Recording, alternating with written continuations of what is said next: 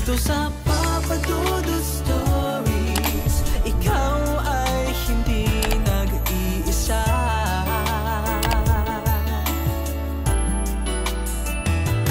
Dito sa Papa Dudut Stories, may nagmamahal sa'yo. Papa Dudut Stories, Papa Dudut Stories. Sa lahat po ng mga nakatutok ngayon, huwag pong kalimutan mag-like, mag-share at mag-subscribe. Maraming salamat po sa inyong lahat.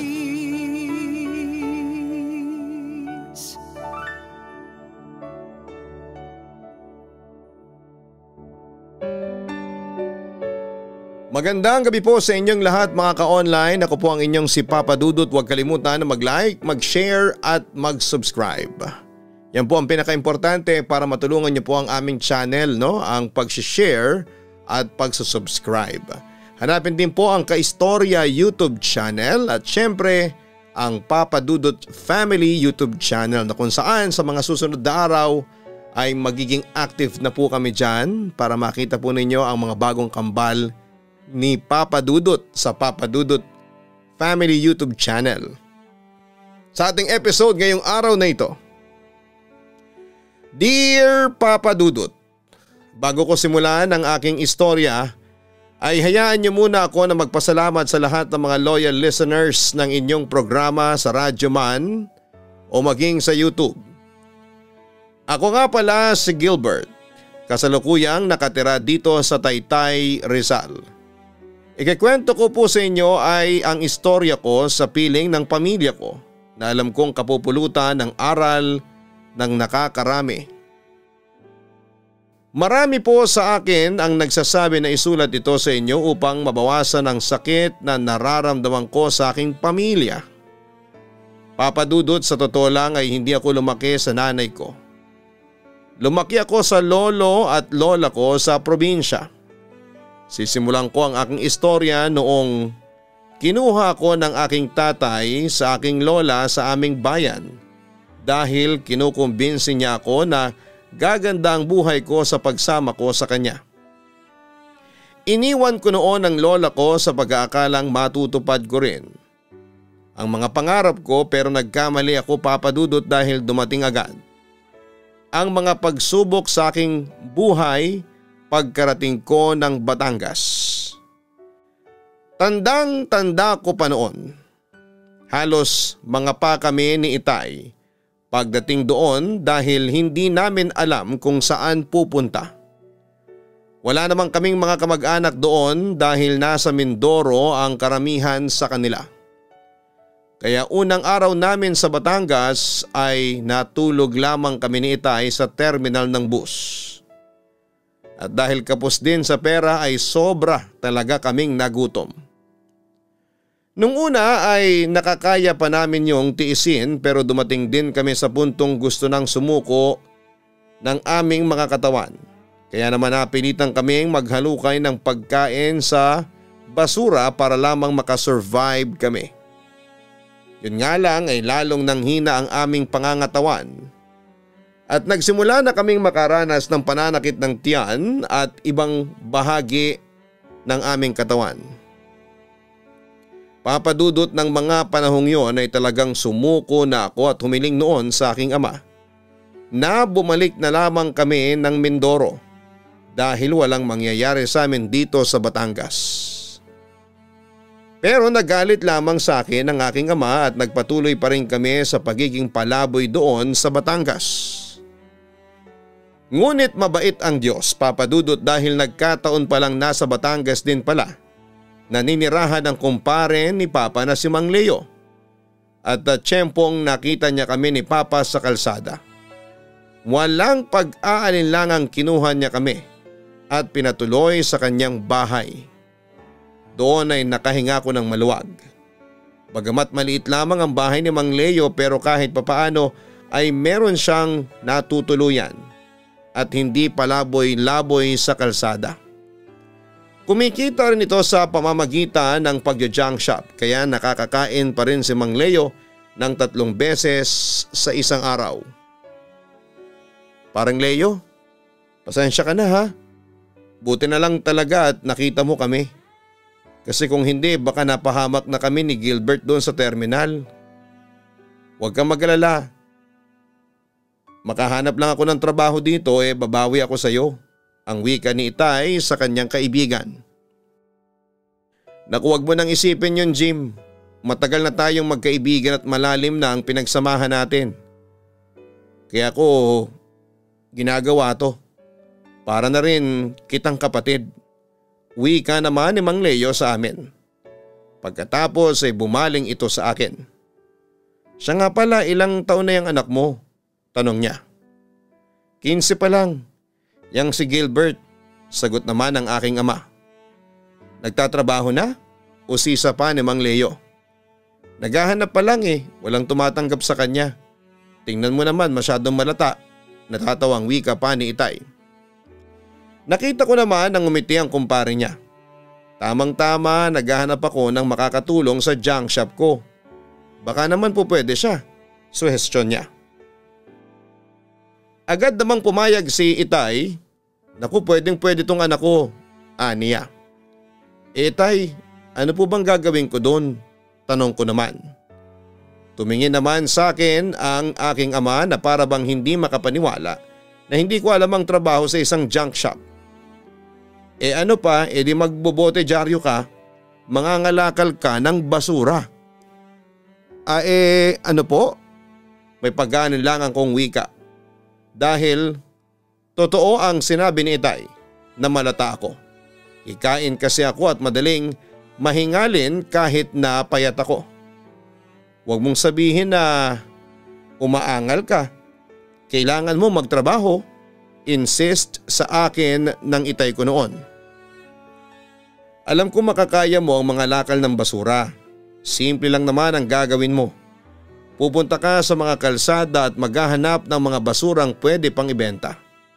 Pwede ring magbahay-bahay ka. Tapos lahat ng mapapakinabangang basura na makukuha mo tulad ng bote, bakal at dyaryo ay ibebenta mo sa akin at yun kikita ka na.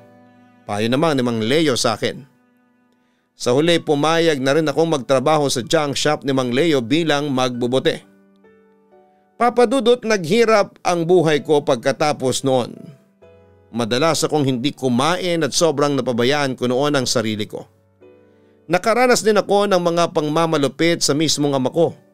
At bagamat mabait naman si Mang Leo, masasabi kong mahigpit siya pagdating sa trabaho. Kaya araw-araw akong pagod noon, Papadudot. Pero tiniis ko ang lahat ng iyon at umasa pa rin ako na isang araw ay magbabago ang buhay ko. Sa kabilang banda naman ay hindi lahat ng kita ko ay ibinibigay ko sa aking ama. Nagtatago ako ng kahit kakaunting barya at iniipon ko yon para sa aking binabalak na pagtakas sa poder ng aking ama.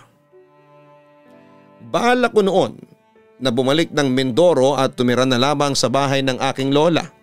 Siguradong magiging maganda ang buhay ko doon kumpara dito sa Batangas na parang walang katapusang paghihirap na ang nararanasan ko. Pero Papadudot, isang gabi nagulat na lamang ako nang tawagin ako ni Itay pag uwi ko galing ng junk shop. Magpalit ka na ng damit, aalis ka na rito, utos niya sa akin. Siyempre nagtaka naman ako. Pero bakit po? Tanong ko naman sa kanya. Nang mga sandaling yon ay labis akong kinakabahan dahil baka meron siyang binabalak sa akin na alam kong hindi ko magugustuhan. Pupunta na tayo sa Maynila sa Caloocan. Dadalhin kita sa titalo mo. Sagot naman ni Itay sa akin. Napatingin na lamang ako kay Itay noon habang nag-iimpake ng aking mga gamit. Deep inside ay nakahinga ako ng maluwag. Dahil baka yun ang simula para magbago noon ang aking buhay. Hindi nagtagal ay nagpaalam din kami kay Mang Leo. Natatandaan kong nagbigay pa ito sa amin ng 500 piso pamasahe namin. Agad naman kaming nagpasalamat ni Itay sa kanyang kumpare. At pagkatapos noon ay umalis na kami at lumuwas papunta ng Caloocan City. Pagdating sa bahay ng aking tiyahin sa bagong baryo Caloocan City, nadatnang ko noon sina lolo, lola at ang nanay ko.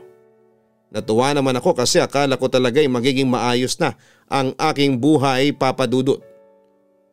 Pero nagkamali ako dahil panibagong hirap noon ang dinanas ko. Hindi tumira doon si Itay dahil galit sa kanya si lolo. At ang nanay ko naman ay nagtatrabaho noon sa pabrika, kaya madalas itong wala sa bahay. At kapag wala si inay, minamaltrato ako ni lolo at palaging pinapwersang gumawa ng mga gawaing bahay. Pero ang kapalit ay ginugutom pa rin ako. Dahil doon, Papa Dudut, ay nagpasya akong maghanap ng trabaho. At dahil sa mga naranasan ko sa pagtatrabaho sa junk shop, kaya doon ako nagtrabaho noon sa kalapit na junk shop na pag-aari ng kaibigan ng lolo ko. Samantala makalipas ang 4 na buwan, simula nang tumira ako sa Caloocan ay dumating ang pagsubok noon sa aming buhay. Ako at ang lola ko lang ang naiwan noon sa bahay. At dahil kabataan ko noon ay umalis ako ng bahay at nagtungo noon sa computer shop para makipaglaro ng online games sa aking mga kaibigan. Pero Papa Dudut, nang umuwi ako sa bahay kinagabihan, naabutan kong nagkakagulo na doon sa bahay. Nagtaka ako at inalam ko kung ano ang nangyari at nagimbal ako sa akin nakita. Namatay pala si lola na mag-isa sa bahay dahil nadulas ito sa hagdan at nahulog habang naglilinis ng bahay. At ayon kay Tita Lu ay maisasalba pa sana ang buhay ni lola kung nandun ako sa bahay at agad na nakahingi ng tulong. Dahil sa nangyari, ay ako ang sinisisi ng lahat sa pagkamatay noon ng aking lola. Palayasin mo na ang taong yan dito sa bahay ko. Sigaw ni lolo habang pilit akong pinapalayas sa bahay. Walang kasalanan si Gilbert. Pagtatanggol sa akin ng aking ina. Anong wala? Kung hindi dahil sa katigasan ng ulo ng anak mo, edi sana buhay pa ang nanay mo. Pero walang silbi. Mas pinili pang lumabas para sumama sa barkada niya kaysa tulungan ng lola niya. Galit na wika ni lolo ng mga panahong yon. Lolo, sorry na po. Naiiyak kong paghingi ng paumanhin. Wala kang kwentang apo. Walang silbi. Pasakit ka lang sa amin. Galit na wika pa ni lolo sa akin habang dinuduro ako.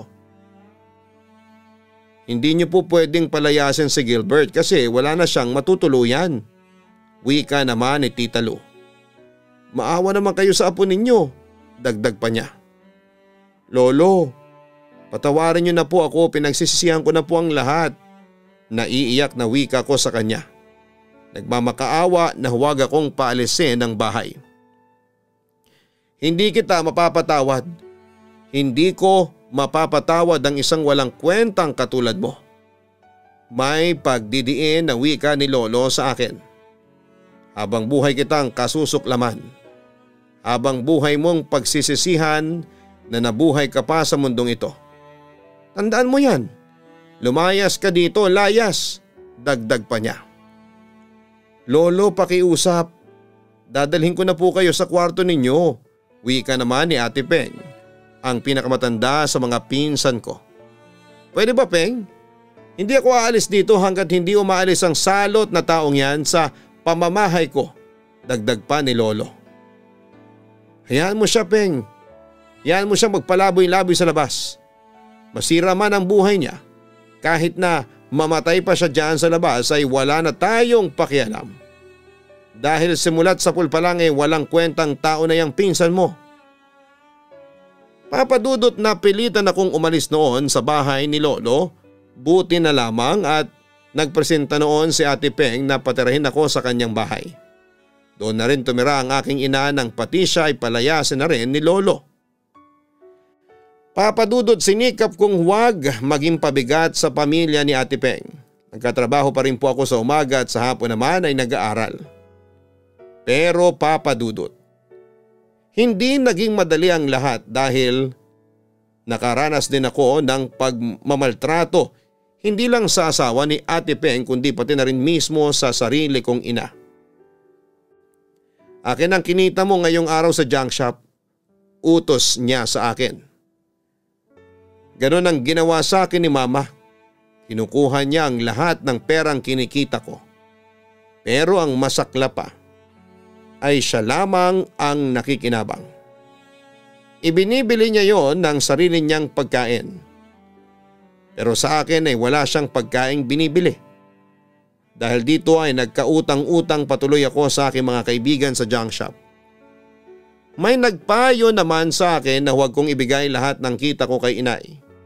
Kaso papadudot nang mapansin niyang lumiliit ang perang ibinibigay ko sa kanya ay kinakapkapan niya ako.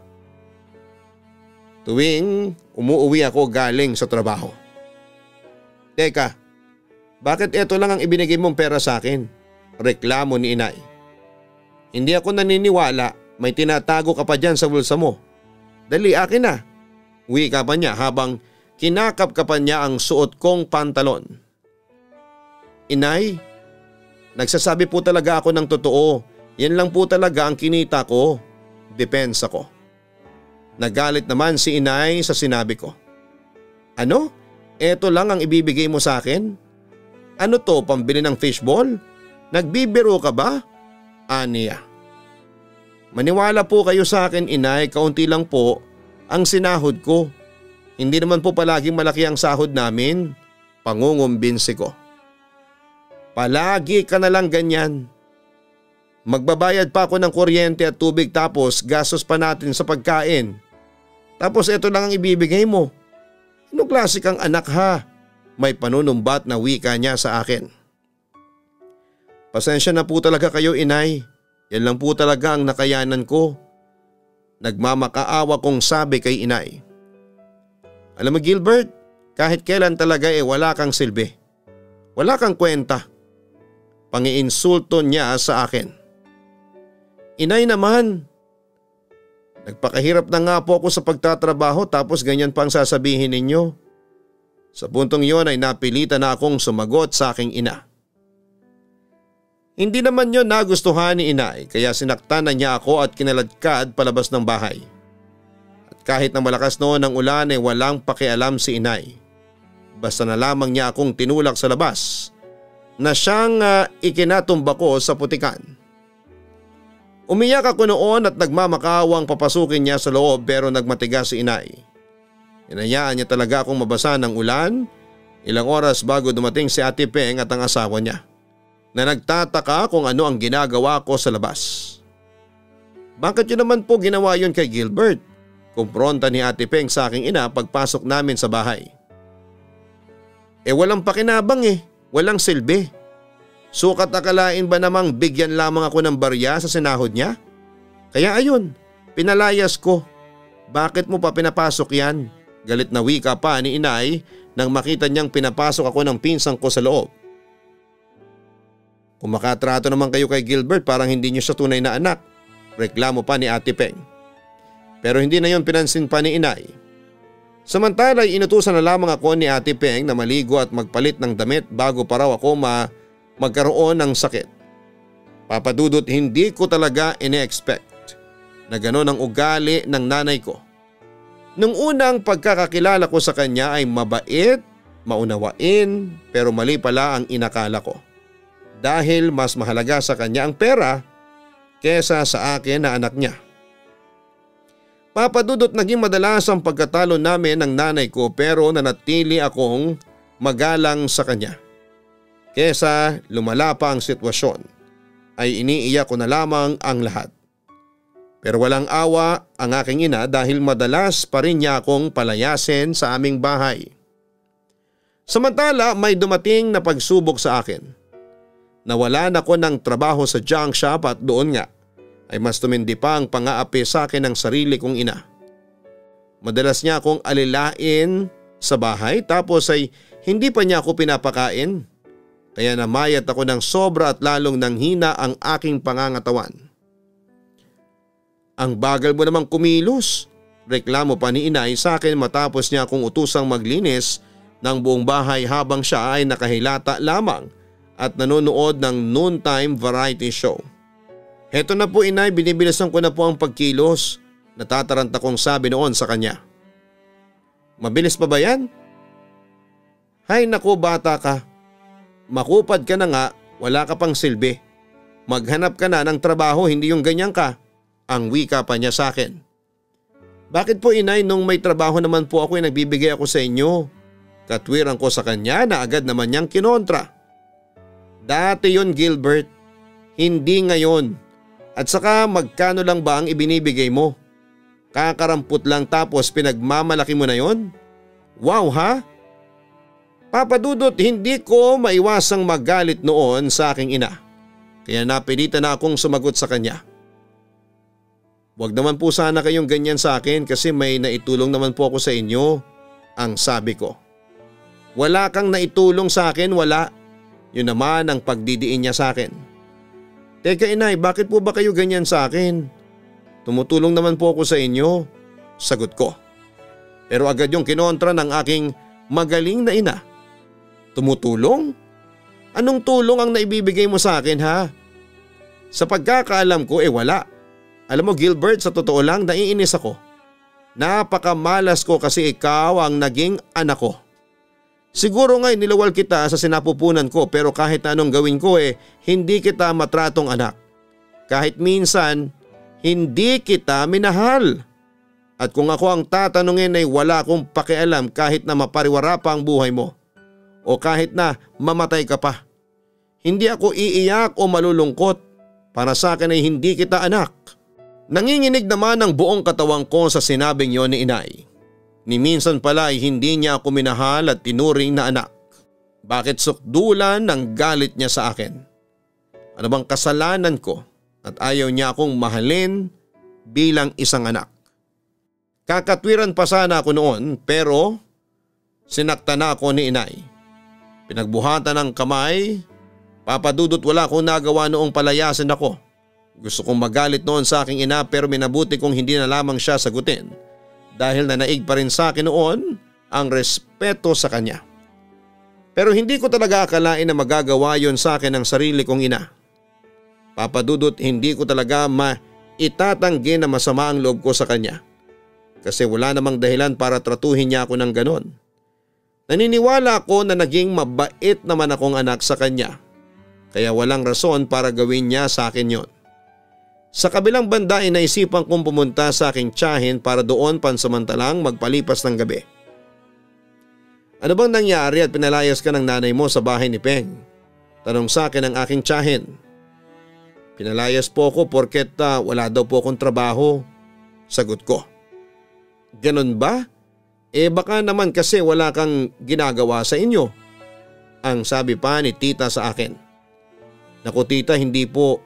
Masipag po ako sa bahay. Pagdidiin ko. Alam mo, tumawag sa akin ang mama mo. Masama daw ang loob niya sa'yo. Ang sabi pa sa akin ng mama mo hindi ka raw nagbibigay sa kanya ng panggastos ninyo noong may trabaho ka. Kaya siya nagagalit sa'yo. Kwento pa niya. Na agad kong pinasinungalingan. Naku tita, hindi po totoo yon. Nagbibigay po ko kay inay ng pera noong may trabaho pa ako. Yun nga lang po ay aaminin ko na medyo may kaliitan nga po yun. Pero nagbibigay pa rin po ako. Hindi po ako nakakalimot sa mga obligasyon ko. Paliwanag ko. Mamayang kaunti ay tinanong ko naman sa aking tiyahin ang katanungang matagal ko nang dapat na tinanong. Tita, matanong ko lang po. Anak po ba talaga ako ni inay o ampon lang ako? Anak ka niya. Ako mismo ang isa sa mga nakasaksi nung pinanganak ka sa Kamadrona. Kwento pa ni tita sa akin. Kung ganun po bakit po ganun ang trato niya sa akin ni inay? Question ko. Kinausap mo na ba siya tungkol dyan? Usisa naman ni tita. Opo, sinabi po niya sa akin ng harapan na hindi niya ako mahal at pinagsisisihan niya na ako ang naging anak niya. Kwento ko naman at sa puntong yon ay hindi ko na maiwasang umiyak. Agad naman akong inalo ng aking tiyahin at sa puntong yon ay narealize ko na kahit papaano ay meron pa rin palang nagmamalasakit sa akin kahit na papaano. Samantala kinabukasan pagising ko ay narinig ko si tita na may kausap at walang iba kundi ang mama ko. Hindi muna ako bumaba noon at sa halip ay pinakinggan ko na lamang muna ang kanilang pag-uusap. Ano bang nangyayari sa iyo ha? Bakit mo naman pinagmalupitan si Gilbert? Tanong ni tita sa aking ina. Ewan ko ba? Hindi ko alam kung bakit mainit ang dugo ko dyan sa batang yan.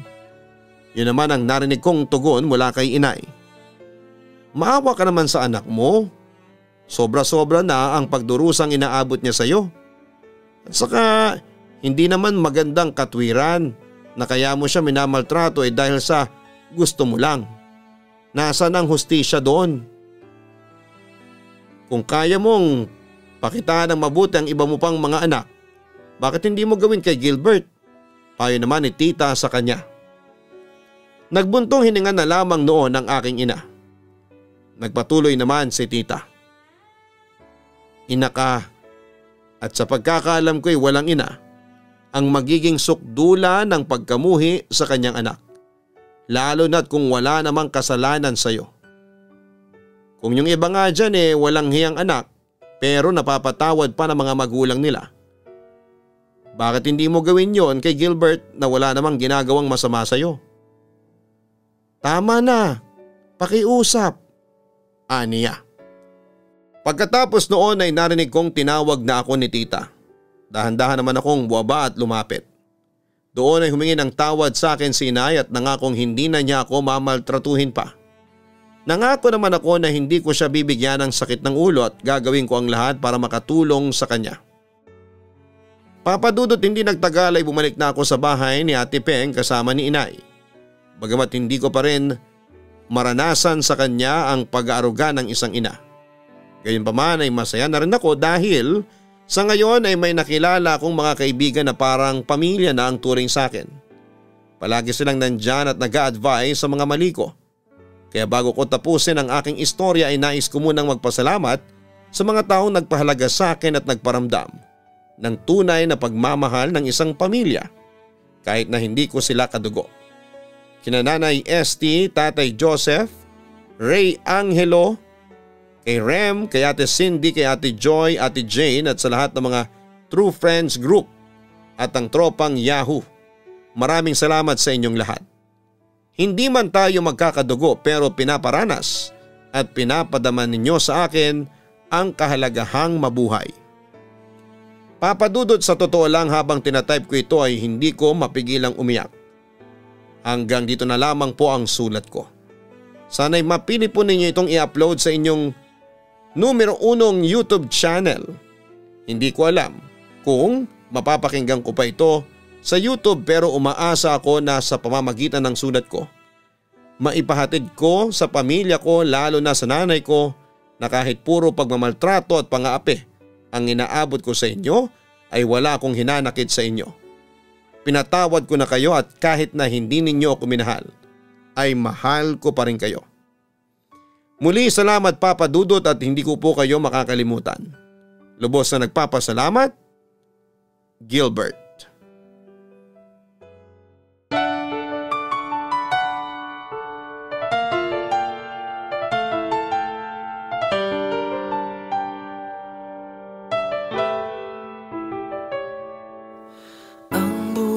Ay mahiwaga, laging may lungkot at saya. Sa Papa Dudut Stories, laging may karamay ka.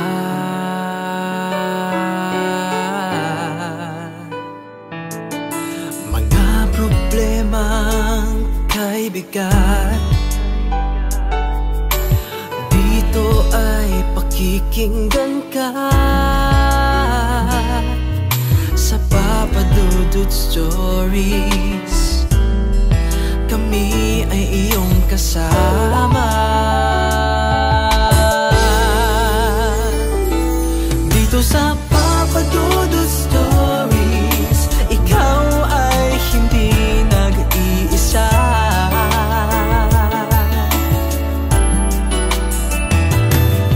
Sa Papa Dudut Stories,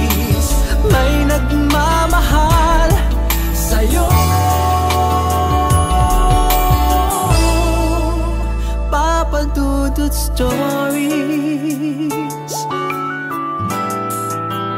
Papa Dudut Stories.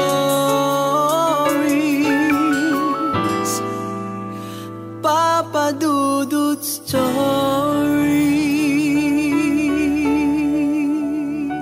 Hello mga ka-online, ako po ang inyong si Papa Dudut. Huwag kalimutan na mag-like, mag-share at mag-subscribe. Pindutin ang notification bell para mas maraming video ang mapanood ninyo. Maraming salamat po sa inyong walang sawang pagtitiwala.